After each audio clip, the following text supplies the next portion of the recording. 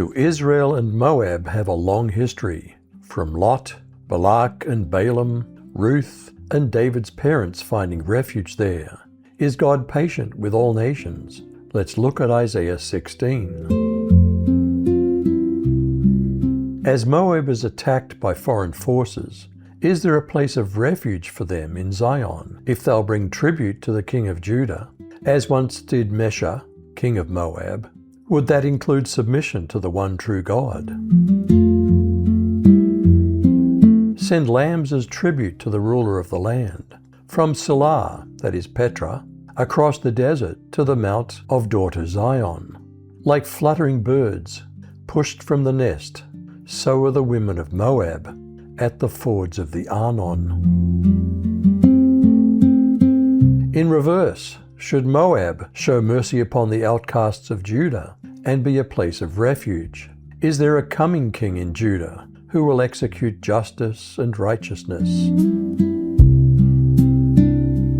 Take counsel, execute judgment, make your shadow like the night in the middle of the day. Hide the outcasts, don't betray him who escapes. Let my outcasts dwell with you, O Moab. Be a shelter to them from the face of the spoiler. For the extortioner is at an end. Devastation ceases. The oppressors are consumed out of the land.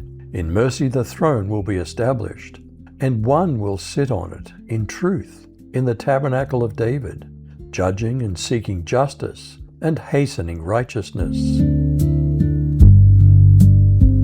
Is Moab just like many nations, where national pride, rather than national humility, causes them problems? What causes a return to sweet humility in the nation? We've heard about proud Moab, about its pride and arrogance and rage, but all that boasting has disappeared. The entire land of Moab weeps. Yes, everyone in Moab mourns for the cakes of raisins. From Kir Hareseth, they're all gone now. The farms of Heshbon are abandoned. The vineyards at Sibmah are deserted. The rulers of the nations have broken down Moab, that beautiful grapevine. Its tendrils spread north as far as the town of Jazer and trailed eastward into the wilderness. Its shoots reached so far west that they crossed over the Dead Sea. Did the prophet weep for Moab, even as he predicted national suffering? Therefore I'll weep with the weeping of Jazer for the vine of Sibmah.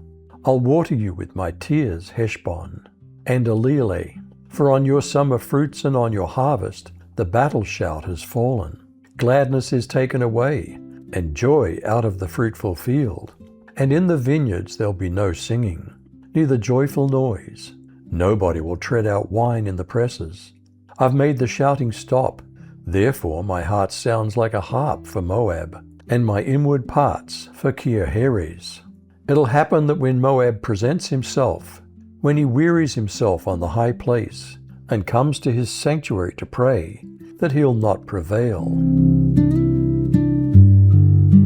How quickly would this national calamity fall upon Moab? Is this a warning to any proud nation, that its glory can fade quickly if God wills? This is the word that the Lord had spoken concerning Moab long ago. But now the Lord has said, in 3 years, like the years of a hired worker, the glory of Moab, with all its great multitude, will dwindle. The small remnant will be few and feeble.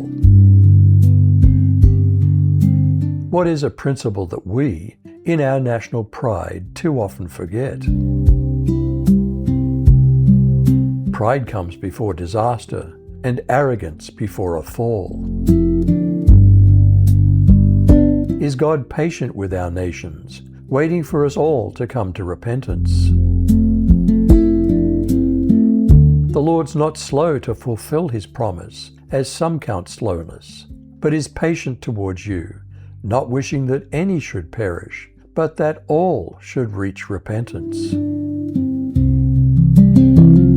Do Israel and Moab have a long history, from Lot, Balak and Balaam, Ruth, and David's parents finding refuge there? Is God patient with all nations? You decide.